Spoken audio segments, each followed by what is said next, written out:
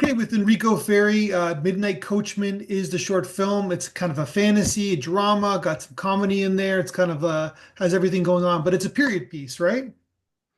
Yeah, for the most part, it's a period piece, sort of like a Canadianized version of the classic fairy tale of Cinderella. Gotcha. Yeah, Yeah, no, it's a great film, and I mean you can see a lot of resources and money and kind of time and energy was put into the making of this film. I assume. Would that be a yeah, correct assessment? a lot of favors too, Yeah. lots of favors. But I mean, for little things like location things, like getting a house from the 1800s, like that was something that we you kind of have to bite the bullet on. Location wise and costume stuff, I think that's where most of the finances went towards. What about the horse? The first scene is a horse. The horse. So the horse, it's funny, like we had 1 hour with the horse, and literally that first shot that you see in the film was the only good shot. That was actually the first shot that we had, and then we had about like maybe 11 or 12 good seconds of it, and then it just ran off into the distance, into the night. And I was like, if we get another one, that's amazing. If not, that's okay. But the horse that it was actually a horse wrangler. It was the daughter of the gentleman who owned the location. So when he saw that we needed a horse, he's like, "Do you need one? My daughter has a ranch." And I was like, "That would be amazing." So that was a happy accident. I just realized that we are talking off camera that you were at the romance festival. Yes, yeah, that was And me. I just realized when watching your film today that Mishka's in the film, right? Yeah, for a So brief. she the people don't know she had a film that she directed that was in the romance festival we did at the Carlton. So is that Yeah. why you were there? Is because to cheer her film on or Well, so I was there because I produced that short film. oh, there we Yeah, go. Okay. I Now it's all adding up. You were in the front. See, yeah, it I was meet really too many quiet. people. Now I get it. Yeah. Yeah, I was very low key. I mean, it was one Yeah. of those things where like I'm You gonna were be low key. Yeah. producer tonight and let the artist speak. But Yeah. yeah, she's also in it too, just for a very brief moment.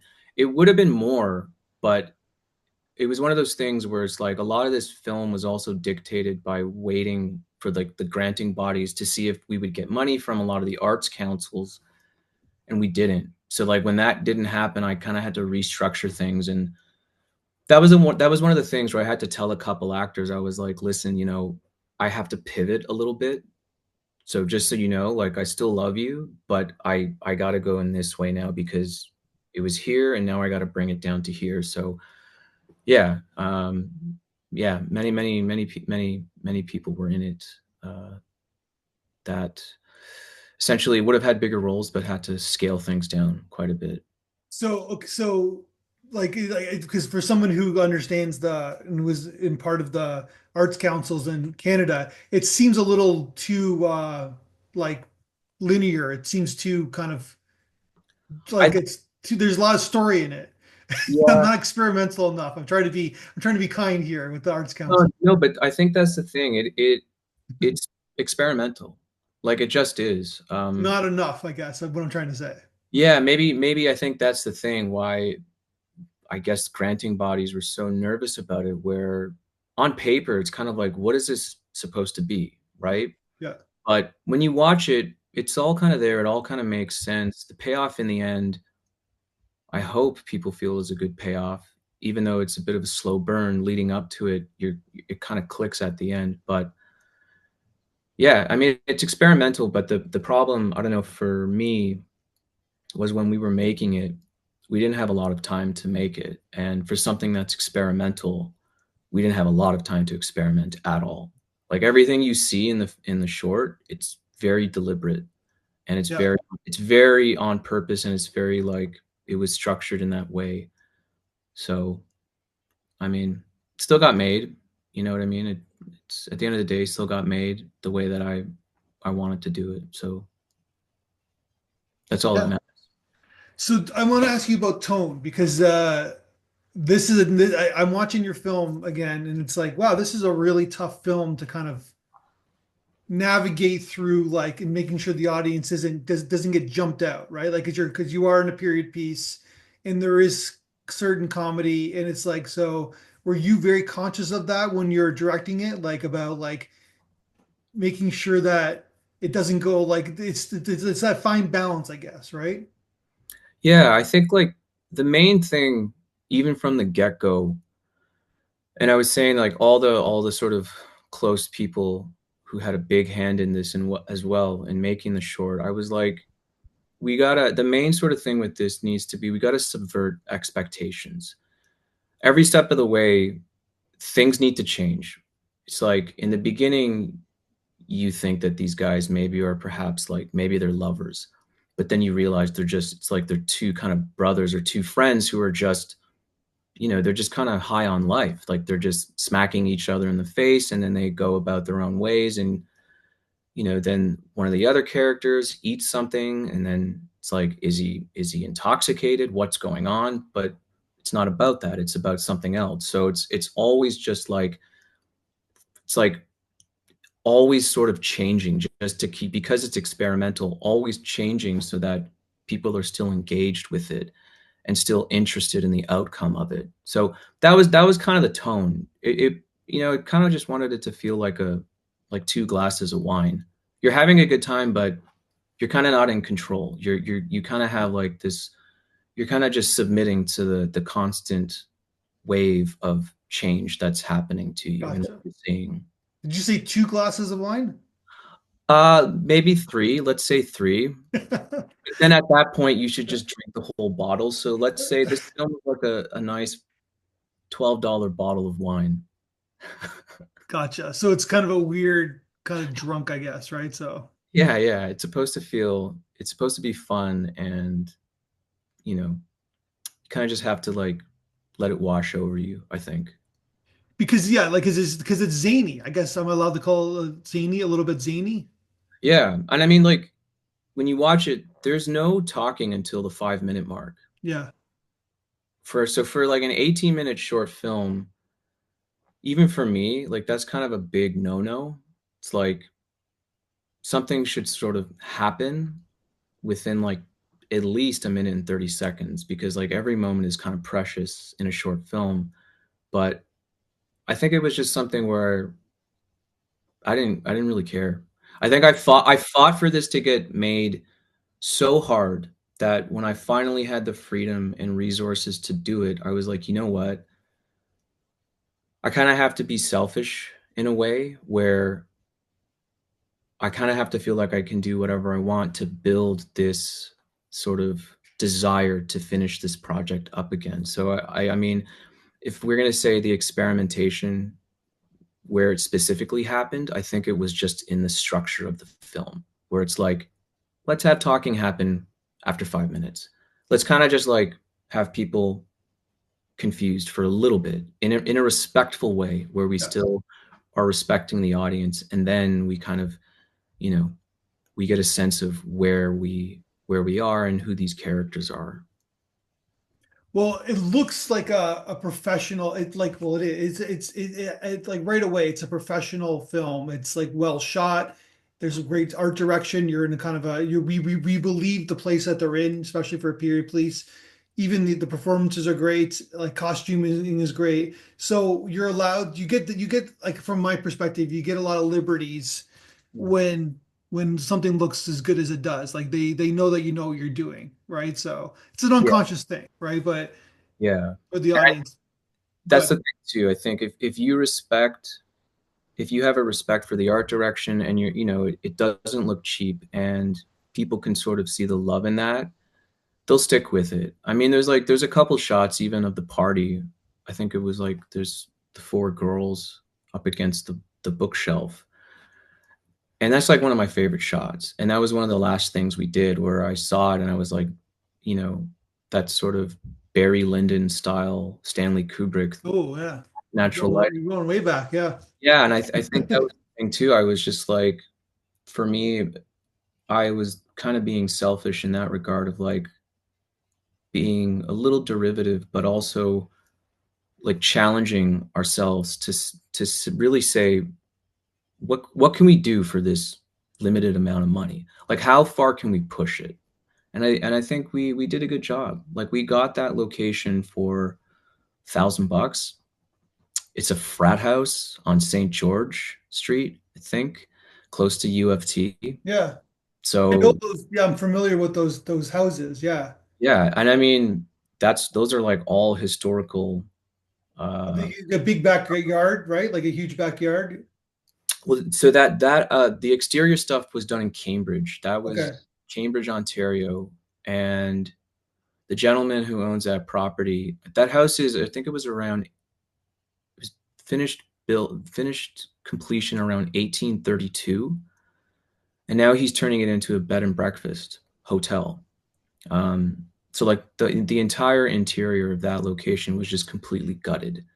All the exterior was there, but yeah, the like exterior stuff was Cambridge for the night stuff, interior party stuff that was around St. George U of T area, and then the daytime stuff was all basically North York, just a forest North York. So yeah, all pretty an Ontario film, I guess we could say, a very Yeah, Canadian film. 100%. Yeah, So tell me, okay, let's talk about your actors. yeah, Uh, so basically, obviously, they got to understand your story. But did you like, are these your friends? Did you kind of do like a casting call? I'm curious how you found them. yeah. So uh, where do I start? I mean, they're all my friends now. I guess we can. Okay, Um, you met them making the movie. I met some of them making the film. So I mean, I've known Noah. They play the stepsister in the film, Yeah. the character that screams at towards the end. So I've known them the longest. And then through them, I got introduced to Thomas, who plays one of the coachmen, and then Sarah, who is the Cinderella character. I met her from working on a commercial that I shot back in the day. She was a model in it. She's not like a traditional actress per se, but like she has experience being in front of the camera. And then Michael Lake, that was a kind of like a casting call. We put it Mhm. out. He responded, and then I sort of liked his vibe and went with him. And then um, sort of the last person to come into uh, the short film was Paul Matt, who plays the I guess you could The say Lord. the Lord of the Manor with Yeah. the mustache at the end. That was just like through a Facebook post, and he was great, man. He's amazing. And then um, yeah, our wonderful butler, who I'm blanking out right now. I can't He's remember. Alex Mill. Alex Milner. Yes, sorry, too many names. Yeah. Yeah, he was great too, man. Like we put a casting call out, and he delivered, and he was so proper and just he was great. But yeah, man, that I think that was one of the compliments that we got as well is that the casting was great. A Yeah. lot of people were like, didn't really understand, didn't really know, but they're like, I love the cast. Like we really like the chemistry was great. And I think that's the thing too, like there should be something in there for everybody. Like even if like they don't like the film at all, but they're like, wow, the music is great. So like just trying to make every sort of aspect giving it the care and love that it deserves, I think. Yeah, like I said, it's like it's not like it's a very these your actors have to understand what you're trying to say. And Yeah. it's a kind of a cliche to say this, but you don't want them to be in two different films, right? Like, Yeah. Well, you know what, man? We didn't do a table read with this one. Um, like everybody was so busy, and I mean, this was made in kind of like over a 2.5 year span, where it's like we didn't have time to do a lot of things, like I was saying, and one of them was just like we don't have time to do a table read because this person's here, this person's there, so I think it was just I was having individual phone calls with people and just saying like, listen, this is what you're gonna do, or it's like I would send them clips of things to watch just to have like a sense of energy of like how to present themselves, and that was kind of it. So I don't know, in a weird way, I don't know if that helped or if it made it worse, but everything that we were kind of doing was like brand new and real time, like because we didn't do any rehearsals. So it kind of felt the way that like life is. You show up and you do it, and you bring yourself to the scenario and you respond to it the way that you kind of feel in the way that you are in the space. So So costume design, obviously you're in a period piece, you're in a certain period with certain kind of like Cinderella-esque kind of concepts. I don't even know if that's, but where did you find your costumes?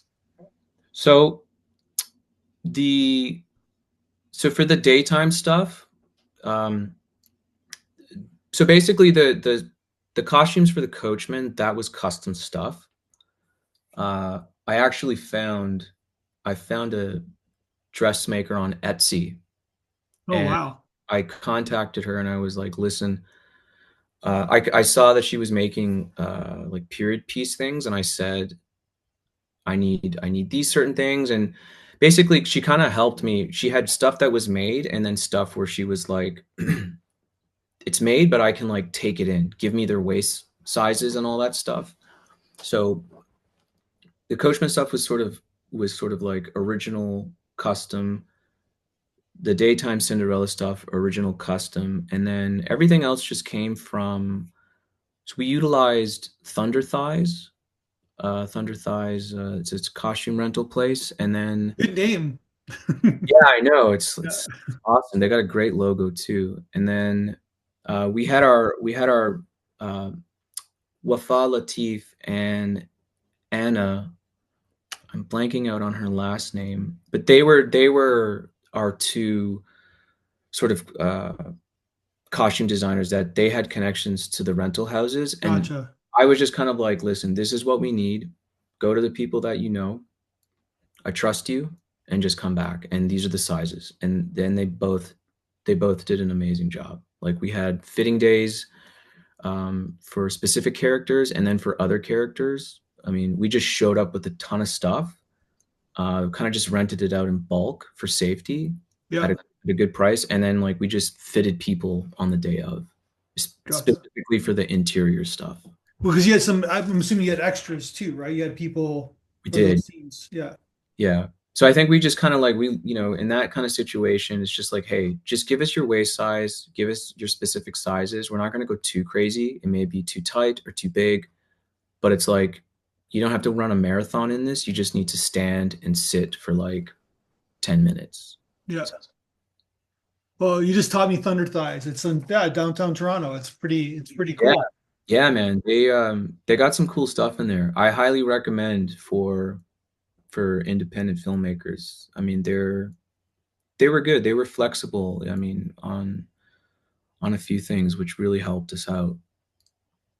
Because yeah, you needed it, right? So like, because it's there's nothing worse than seeing a period piece that doesn't look doesn't look realistic, right? So And that was a conversation too. It's like I don't want people to see this, and I don't want them to laugh. Like I don't want them to think that we got this stuff at Party City. yeah, Like exactly. we really have to like this is a period piece, and it needs to be exactly that. So, in having conversations, it was just like, how certain are you that these costumes are going to be great? It's like, well, we're very certain.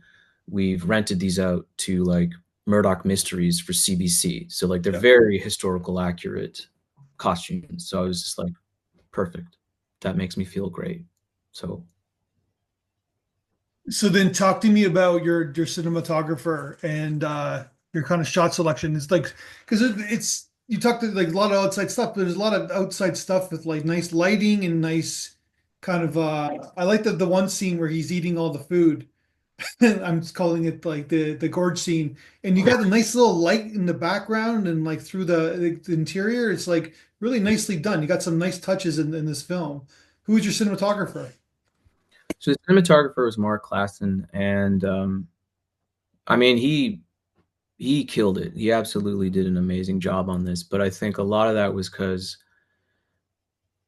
we had if anything was planned the most, it was the shots, and we had a lot of scout days to pre-plan a lot of these things. And I mean, for him, he has an amazing background in documentary filmmaking. Like he has such a strong approach to how he captures people's faces, and how he'll have like those, beautiful locked in shots, but then does like very cinema verite handheld stuff.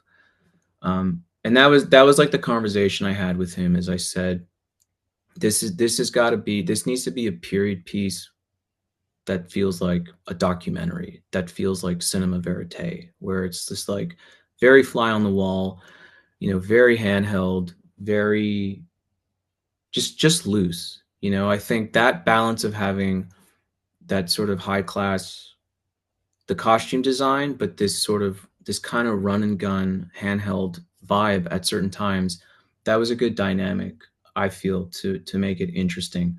Because you get period pieces and everything is always so proper and locked in, and it's just Yeah. like lots of like wide shots where it's just you never get to really see the faces of the characters. And I mean, I think with this it was just having a docu style approach with this entire film, with moments of like beautiful locked in shots and zoom lenses and tracking. So yeah, that was the approach that I had with him. And then with lighting, I mean, I just said, do whatever you want, man, as long as it's in focus. I don't care. We we took pictures Yeah. for pretty much 90% of the shots that we got, and then I locked it in a storyboard, had it in my director's book, and then we just followed the schedule. And yeah, composed the frames accordingly to how they looked on set. This I'm giving a teaching moment right now for filmmakers making short films or independent films. What you just said about your cinematographer is fantastic. You had a plan. He trusted you. You knew that you were a professional, but you gave him creative freedom. And Yeah, cinematographers love when, like, yeah, just light what you want to light. yeah. They love hearing that. I mean, I think Yeah.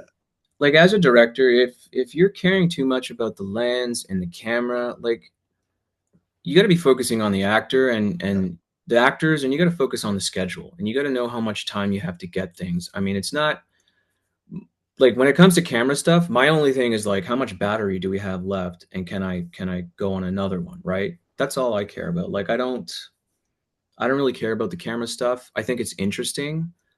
I like watching camera tests to get an example of like if you're making a film, how the film can look if you use this approach. But I mean, that's why you hire cinematographers, art directors, and everybody else. That's their job, you know? So giving everybody freedom is the best thing, is the best formula for good filmmaking. But it's With, hiring the right people, though, right? yeah, So hiring the right people and giving them freedom, because you hire them for a reason, because yeah. you admire the things that they do. So it doesn't make sense to put them on a leash when you finally have them in your presence. So So it's okay. So you got the film shot, and then you go into editing. So what's your editing plan for this film? So I mean, I was the editor on it. Um, Most of it comes just because it's a budgetary thing, but like I'm also like full-time editor for my job. That's what you do, right, for a living? That's what I do for a living. I mean, most of the it's like I come from the post-production commercial world, so when it comes down to the line in certain things like this, I'm the best editor I know because I can at least incubate it. And you know, I was there. I know the shots. I know the best takes, and it's just like for me that makes me feel much better. I know for some people, sometimes it's like, well, you shouldn't edit your own films because you're gonna fall in love with the footage and you're not gonna be disciplined. Yes. But I mean, for me, I don't know. I feel like I'm past that. Like I'm pretty honest with myself where I could say this isn't working or this shot is terrible. Like it Yeah. needs to be killed. you know? So, I mean, in a perfect world with a bigger budget, yeah, hire somebody else to do it. But as an independent filmmaker, if you have that discipline, you could do it. You could Well, totally. if you go to your website, which we'll link on the podcast, like you've edited a ton of stuff and a lot of commercials. You even edited the Ozempic commercial that my son doesn't understand, and that was Dude, well, I didn't understand what it was when it first came out. I was just like I got this script before, and I'm like, what the hell is this? And they're like, ha, this is the next big thing. Just you wait and see. And I was like, Oh, okay. this is before you got this before the big. Okay, I got it before like it was like a thing in social media or like with celebrities. I had zero idea what it was. Like I've worked on a couple medical things where I just like for me I just don't care. Like I have the deadline, I got to get it done. And then like I've worked on like a ton of things and then I'll like I'll see it on my news feed and I'm like, oh, yeah, that's what it is. I'm like, okay, good for them. I'm like, I'm sometimes I'll be like, I wish maybe I invested in that in those stocks before it yeah. exploded. I'm like, why didn't I do that? So I don't know. I Well, got to that could have been a conflict of interest too, right? So, yeah, yeah. I mean, I'm not with that company yeah. anymore, so I could have apt like, but it's all good. No, just because we this quick segue is that we watch a lot of Wheel of Fortune with my kids. My kids are young, like under both under 10. And so to learn like kind of like language, because they do French immersion, to do English, they really like Wheel of Fortune and Ozempic commercials and are always there. So your commercial will pop up, even now will pop up. Yeah, Like, I yeah, did. Yeah, it's so funny too because yeah, they had French talent. So it's like they shot it. They have the shot locked in. They'll have the English talent, and then yeah, they'll literally swap them out. yeah. But then they'll have certain bilingual actors who can do both. So it's just like coverage of them doing English and then coverage of them doing French. So yeah, and that's also the thing too, man. Like I've edited a lot of French things that I don't understand French. I'm not like I was a bad student. You know, Yeah. I never paid attention in class, but you know, you follow the script and you do it, and you follow the energy too. Like it translates over no matter what language. So you're like you know what you're doing, right? So the editing you know you're doing. Did you do the sound design as well? No, no, no. We had a team at the facilities called Audio Process in Toronto. They were the ones who did the sound for us, and they did an amazing job. Um, there was a lot of empty spaces in there that they, you know, I said, you know, um, bring your imagination to this. It's experimental, so you know, whatever you think, go for it. And then they did it. They did an amazing job, and I think the formula for the sound in this film was like we added a lot, and then it was just okay. Let's remove this. Let's remove this. Let's lower this, and we were kind of good to go. But I think it's like editing together good temp sound effects and good cues for the sound designers is always a good thing to do. So like I put in a lot of sound design roughly on my end for them just to give them a map of what to do, and then once they kind of had that, you know, audio map, they just kind of followed those beats and just gave them the freedom to do what they felt needed to be done. Gotcha. So 18 minutes, that's a long short film. It Were you is. worried about the time? The Yeah, length? I still am. I still am. I mean, I think with the festival circuit stuff, like I said, like short film, it's very the timing for to curate these festivals. It's the timing's very precious. I think anything after 15 minutes, you're pushing it. Yeah. Um, but I mean, I didn't. You know, I made it to be seen. I made it to hopefully be seen in festivals by many people, but I think because it wasn't made for any monetary thing, I'm okay with that. Like I made it with this particular project. I just made it to exist as a standalone piece of art, and I mean it's going to live online one day where anybody can see it, and they can be in their home or they can be anywhere. And then 18 minutes. it's not that big of a deal after, Yeah. you know. So you've directed a few short films, like Spaces, right? That did very very well as well. Your other one. Yeah, I think like out of everything I've done, that probably had the most success. And it's funny, like that was a close to 18-minute film too, but that was more of like a sci-fi that I think genre stuff has more success in festivals. Oh, You know, 100% from yeah, where I stand. Yeah, well, yeah. 100 like 100%. Yeah. Like especially horror films, like the horror film community is like so generous and loving and accepting that they just if you make a horror film, it doesn't matter if it's a vampire film or like a psychological thriller, like you'll have a good chance of getting some exposure. You know, it's the narrative stuff where you start to have an issue. It's because it's like it's just so specific to whatever's going on that year. You know, it's kind of topical stuff, and it's like however we are as a society, it's like, well, we really don't want to see this sort of narrative right now. But in 2 years, maybe it's like this is perfect. But you know, the spaces did good because it was sci-fi. It was very reminiscent of like Black Mirror or Twilight Zone episode, and I think the message of that story it just resonated with people. It was a pretty universal kind of story, I think. You And know, it's done well. Like the thing with sci-fi shorts is that unfortunately most of them aren't done well. I'm it's just hit or being miss. Yeah, I'm just being honest. And so you're when it's done well, yeah, they'll get into every festival that you'll yeah, submit to because festivals they always want to even it depends like of course there's genre festivals, but they always want to mix it up, right, with a film like that. So I'm not surprised it did like even your film like I mean like it should do well as well. I don't know where you're at right now in the festival circuit, but eh, it's so so, man. You know, it's interesting. It's just I don't I guess you just don't know anymore. Like I sort of stopped looking um, on Film Freeway. You know, I used to do countdowns like, okay, in this one it's going to be 2 days or 4 days. But now I'm just like, I think after, you know, when it doesn't get accepted to like the first 5 or 10, and I submitted it to maybe 70 festivals right now. okay.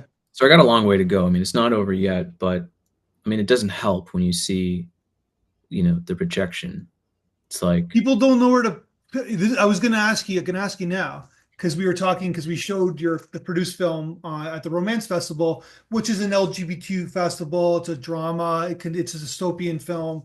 So Mishka, I could have put that film anywhere in our festivals, yeah, right? yeah, And but I decided romance because why not, right? Like it's like I think it's pure. It's a great romance for me, right? yeah. But I don't think I even asked her, but I'll ask you. We're going to show your film at our in-person festival. What festival would you put this film in? Like a fantasy, a comedy, drama? Where would you put it? I mean, from the source material it's from, right? Like we based it heavily on the original Brothers Grimm story. So, I mean, it's a fantasy film, right? Okay. It's a fairy tale, but to be honest, I mean, I look at this as a comedy film. I think it's absurdism. That's what it I is. think so too. I was going to put this in the comedy It's festival in absurdism. summertime. Yeah, it's pure absurdism Okay. where it's like, you know, I'll never forget I went to go see Enemy at the TIFF, Denis Villeneuve. The Jake Gyllenhaal. Yeah, Yeah. Someone's got to explain that ending to me, but okay, go yeah. ahead. So I was like, I love that film Yeah, from, it's great. It's great. Yeah. but so when we were in the being in the theater, seeing that for the first time, people were laughing at certain moments because it's like when people, you know, being afraid can it's kind of funny sometimes too, right? Someone scares you and then you laugh after. Mhm. You know, like everything is going to be okay, right? Like you get, um it's like I look at that film as a comedy, like as a tragic comedy, not as like this weird psychological thing. Like there are certain things like the tonality of it. It depending on who you are, it could be a comedy or it could be a nightmare. Um, so I don't know. I'll never forget that experience. And then when I was showing a couple people Midnight Coachman, like they were laughing, and I'm like, "Is this a comedy?" Yeah. I And I think it's a comedy. Yeah. it is, but it's like this. It's like a weird, absurd period piece that has moments of surrealism, but it's kind of funny. It's and that's the beautiful thing with art. Like it's whatever you want it to be, however it speaks to you. Then that's what it is. Even if it says like it's a fantasy film on paper. If you laugh more than you're like you know if you laugh more than you feel like it's a fantasy, well, then maybe it is a comedy. The original intent of it is kind of gone. It's like it's now the audience has sort of decided what the genre is. So Mhm. maybe that's what it is. So now, but now you got me into like watching because Enemy is like there's like YouTube videos that have like 500,000 views on it. Like this is like a very discussed underground film. It's not like Yeah. it wasn't a huge blockbuster film, but this is a very established director, very known actor who's the lead. And it's Yeah. got this ending. It's like what I watched it like four times because I didn't understand. I didn't know what happened. But So you know when what? you're in the theater at TIFF, because I've been to these premieres, right? Where like you're the first person to see the film, right? Yeah. I mean, like I think that experience, there's been a couple moments where I'm like, you know what? Sometimes, because I mean, you're going to get people having theories about everything online, and some of them I appreciate, and some of them I'm like, this person's way, way off. Like, this doesn't make sense. But there are films like that where it's not so much about the story. Like, yeah, the story's there. I think it's more about putting a feeling inside someone's head. That whole thing of like just having the art control you and just having it wash over you, where it's like, I don't understand the film, but I laughed. I was a little bit anxious watching it. I'm a little bit confused. I feel satisfied by like seeing a giant spider at the end. I don't know what that means, but like, Spoiler alert. Yeah, go ahead. but it's, oh yeah, sorry guys. Yeah. Yeah. Sorry about that. But No. like you walk away with like five different feelings inside of you. And I Yeah. think sometimes that's what cinema is too. It's more about walking away with these feelings, just I don't know, kind of reminding you that you're alive.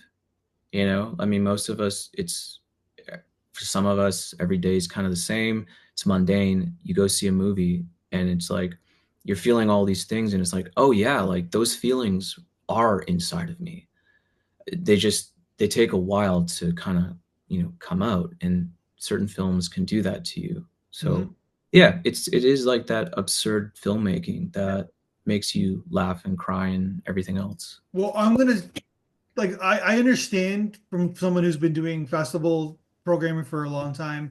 I understand people don't know where to pigeonhole your film, and they got to watch the whole thing as well. And it's like, listen, festivals can become lazy. So I understand that there's a certain frustration on your part for this film, whereas like say your other films like have more of like a gimmick genre, meaning that it's like it's easy to kind of like say it's that film, right? In 2 seconds, where your Yeah. film is like, how do you even describe it, right? So Yeah.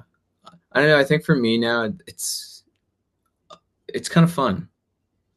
Like good. I'm something. glad you're like because I know it costs money to submit to festivals and Oh yeah, yeah, yeah. I think, and that's the thing too. Like I start seeing you start seeing the not accepted thing, and now like I laugh. Now I just laugh. Like that's now I have like this new feeling that I never thought like I would kind of just um get this humor from the rejection. You know what I mean? It's like one after the other, and you're just like, it's funny, it's absurd. I don't know. It's uh it's interesting. But I think in the end it kind of doesn't really matter. I think you make it for people to be seen, and no matter what, it'll get seen. all right. Well, so we're gonna show it at our. I'm gonna send you something official in a couple months, but we're gonna show it at our comedy festival in the summertime, and we'll see what happens. Yeah, And yeah. Maybe people will cry. well, it's one of the things like one of the problem one of the, well not problems, but one of the things is that when you show like a romance festival, like you went to our romance festival, people are expecting romance. Yeah, yeah, yeah, yeah, When you go to a comedy festival, people are wanting to laugh. So yeah, you can give them things and they're like, "Oh, I'm supposed to laugh. Okay, I'm going to laugh." yeah, I'm not saying that they're sheep. I'm just saying that there's that it's that cause and effect, right? We're expecting something and then we react to what we're expecting, right? So, yeah. But man, it's like I said, it's anything can be a comedy, like anything, like well, yeah, almost anything. yeah. I mean, if if if you're an absurdist, It's all about the lens that you use, right? Like it's all about yeah, yeah.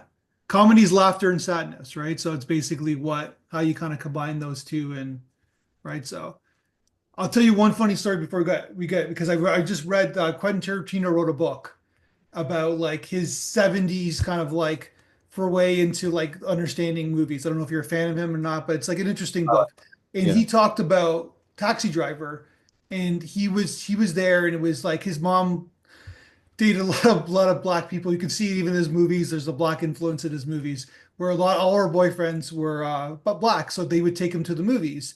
And he went to see Taxi Driver, an all black audience, and yeah. it was him and 100 black guys and a white kid like him, and everybody was laughing on the floor during Taxi Driver. And they Because thought this Travis guy was a fucking fool yeah, and an yeah, idiot, and they were just laughing at him, right? So yeah. Well, I mean, that whole film in itself is a you could teach a whole university course on that, even from like the way like how they did test screenings, and a lot of people were like, Harvey Keitel cannot be the pimp because this is not the reality of the scope of like New York City right now. This is just not how it is. And I mean, it's funny.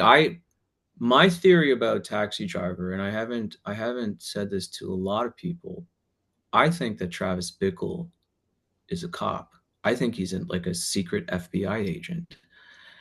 Watch Taxi Driver with that scope. okay, Think about him being like an undercover cop, and you will legit like you will have a different perspective with that film. Do you okay, know what I mean? Like, because that scene, for him to have the gall to be dressed like that with a mohawk and go beside like a federal FBI agent, yeah. right? Arms crossed, like he's like asking him about his gun, like that's bravery at its finest. And I think that's that's like an undercover cop getting bored and he's just playing with fire because I feel like he's kind of like cracked. I think it's a story of an undercover cop cracking because who can I mean, spoiler not spoiler alert, but like I mean he does a lot of The damage that movie's 50 years old, right? So yeah, 50-year-old. So I mean he kills people at the end. And it's yeah. like taxi driver or not, who can get out of a situation like that and back on the streets that quick, right? Like something's up with that. Well, this according to Tarantino, a white guy in the 70s could do that, right? So that's why it's a comedy.